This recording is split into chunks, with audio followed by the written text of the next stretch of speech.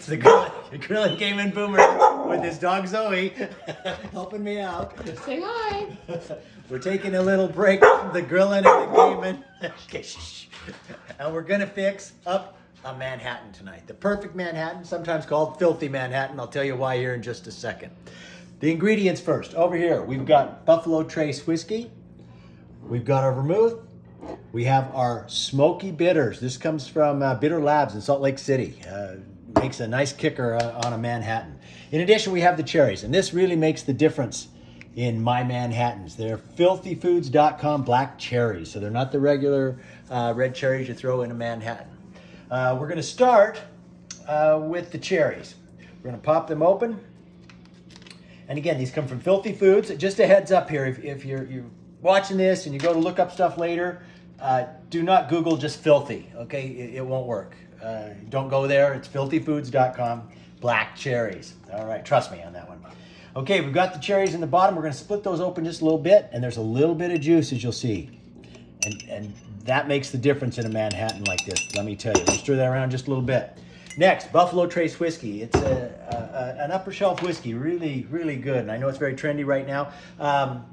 Use a good whiskey in Manhattan. We're boomers, gamers, spent way too much time and money on everything else. Buy good whiskey. All right, don't buy anything with Canadian in it. That's for sneaking into football games when you're in college. Okay, here we go. A normal Manhattan has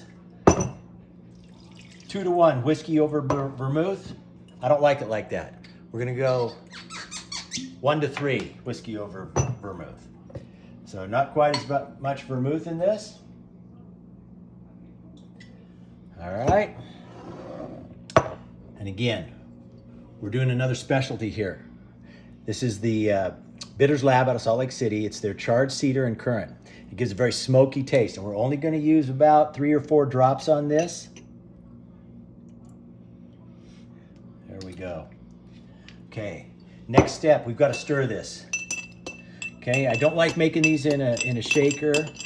When you shake a good whiskey, it aerates it. It loses its hardiness a little bit, too much air in it. Okay, so we're going to stir it up a little bit here.